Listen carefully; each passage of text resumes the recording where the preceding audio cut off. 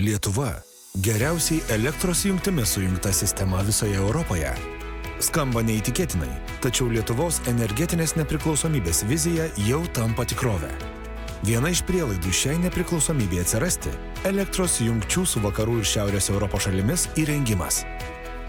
2016 metų pradžioje pradėjusi veikti Nord-Balt elektros jungtis užtikrina didesnį energetinį saugumą net 6 milijonams lietuvių, latvių ir estų.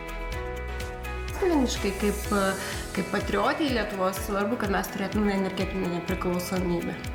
700 MW galios jungtis nekarštą vasaros dieną gali padengti maždaug 90% viso elektros poreikio Lietuvoje.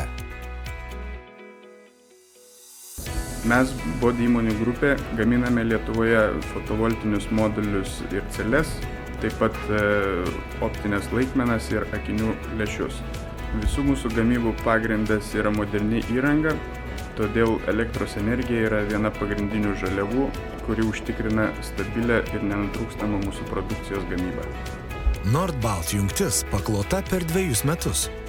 Specialiam kabelį klojančiam laivui prireikė 8 kelionių į jūrą, kad paklotų 400 km ilgio kabelį. Tarptautinės elektros tiekimo jungtis mums leidžia tikėtis energijos kainos kritimo, kas automatiškai leis atpiginti paslaugas ir tapti konkurencingais tarptautinėje rinkoje prekiaujant duomenų centrų paslaugomis.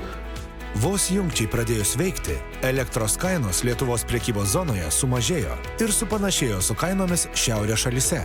Tai ypač svarbu skatinant ekonominį konkurencingumą. Iš 550 milijonų eurų investicijų reikalingų Nord-Balt elektros jungčiai įrengti 131 milijoną skyrė Europos Sąjunga. Likusias lėšas skyrė Lietuvos ir Švedijos vyriausybės.